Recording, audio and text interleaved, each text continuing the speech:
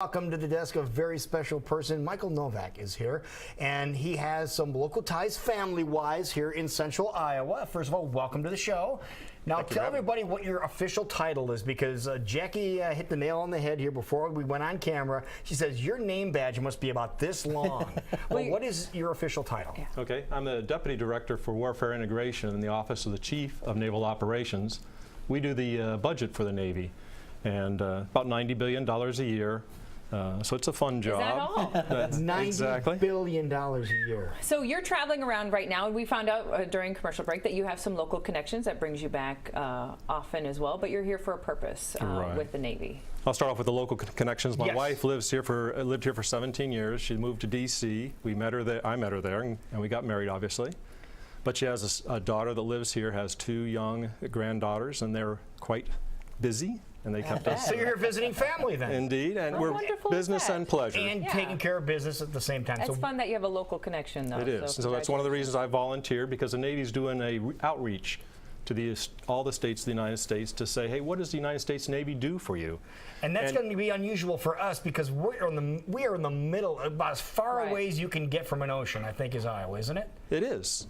But you still have 2,000 Iowans serving in the United States Navy today actively. Wow. Over 200 reservists reside in Iowa and work out of here when they are called to active duty. And you have over 3,500 Navy retirees living in Iowa. So it's not an unknown Navy here in the state. Right. You certainly have more probably National Guard and Reserve here than Navy, but we are here. Yeah. So what do you expect to accomplish while you're here? We want the American people to know that the Navy's out there every day, 24/7, 365 days a year. Over 90 ships deployed on any given day, 41,000 sailors out there serving the United States, protecting our interests. If there's a disaster, we respond immediately. We're not only out there when we need to be, we're out there all the time, making sure the American interests are protected as we see all the threats around the world, piracy in the Gulf of Aden. Does that still occurs, doesn't it? It has been reduced a lot, and it's been because the United States Navy's been out there building a coalition. Surprisingly, even China is out there with us, helping to beat down the pirates in that part of the world. So they are doing some good things, and they're also worrying us on some accounts because there's some other things we're a little concerned with when it comes to China. They're also growing up a very big, capable Navy in China. With offensive capabilities, whereas they've kind of been defensive in the past, it seemed. Now they're starting to project a little more. Isn't that kind of a concern? They are indeed. They're pushing out and claiming more and more territorial water space. And that's of concern to both us and to the countries of the Southeast Asia region. Well, let's talk about your main purpose, the state of the Navy. Obviously, you have a lot of money you're trying to raise over the course of the year, and you want to make people aware. What is the state of our Navy? How are we looking these days? Well, we've got over 300 ships, and over 600,000 people are employed by the Navy. That's about 325,000 active duty sailors, about 200,000 civilians, and another 60,000 reservists that serve the Navy. And those reservists obviously have, companies are allowing them to do that work, so we thank those companies.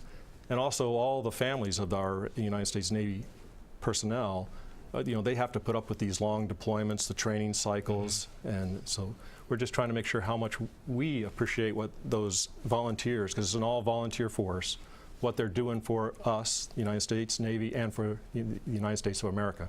Well, give us a little bit of your background. We know what you do currently, but what got you into the role that you have now? Back in 1978, I saw a commercial that said Dawn Launch, Sea of Japan, and it was an F-4 fighter being shot off of an aircraft carrier. And that just looked so cool to me. I joined the Navy to see the world. It was a commercial at the time. And learned to fly A-6 intruder airplanes. You did? Yes, so I've over 3,000 hours, 500 carrier landings.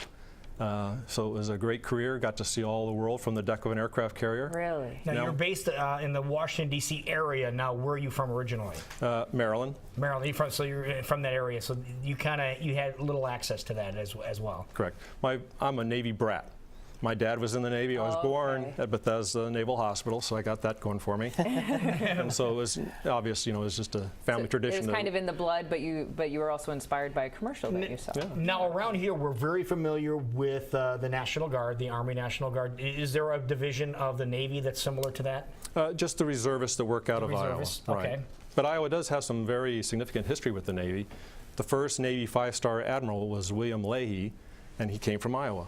And there's another one, the Sullivans is the name of a ship. Right. We know about the Sullivan brothers. Right. Right. Sullivan It's the only Navy ship that was ever named for more than one person. So you got that going I for you. didn't That's realize Iowa. that. Didn't know. Well, thank goodness you're here.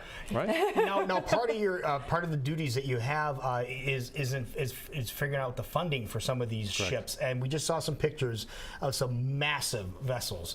What's the price tag on one of those ships? Okay, so the carrier we're building right now, the Gerald Ford class carrier, which will be coming out here shortly, is over $11 billion. $11 billion. But how have things changed since you were in the Navy back in the late 70s to now? How have things, have you seen a big difference, like technology-wise, or are things kind of basically the same back when you were in the Navy? Oh, no. I mean, my A6 intruder was almost tubes and transistors kind of things. I mean, it's all much more modern technology nowadays. We're going to electromagnetic catapults. So when I was taken off from carriers, it was steam. They were shot off by steam, and we had arresting gear that were winding gears. So we've gone to completely new stuff. When the Gerald Ford comes out, all that will be gone, and we'll have the complete new technology, a lot less manpower intensive on the young sailors that have to maintain it and operate it. Well, the Navy's even getting into stealth boats now. You've got the new destroyer, I guess. It's a stealth destroyer. It's, Correct. just coming online. The DDG 1000, we're going to build 3 of that class, the Zumwalt. So those They're not cheap, I'm sure. No, they're not cheap. Now, what about the popularity of the Navy in general? How has that done in the past couple of decades? I think we're doing very well. Like I said, it's an all-volunteer force. We're not having any problem meeting our recruiting goals. So I think it's still the propensity to serve is still out there for the American people, and they value Now, that. do you guys see any impact of shows like NCIS on your popularity? That's one very good one. It does the Navy very well. Because it shows a side of the Navy people maybe didn't realize was associated with the Navy. Mm-hmm. What would you say to people, because we have a ton of kids just finishing up with high school, maybe college, looking for opportunities for their future? What would you say to someone that maybe might be considering a career in the Navy? Okay. I think it's a great place to go. You can serve 4 years, and if you like it, you can continue and have a great career in the Navy. Even if you get out then, I think you're going to learn skills that are going to make you such a good citizen when you come back to places like Iowa to live. You're going to learn a lot about the world and what's going on in the world. And you'll go to a lot of technology training depending on what your interests are. The Navy's very forward-leading on the technology. We're working on a laser weapon system now. Mentioned the stuff on the Gerald R. Ford.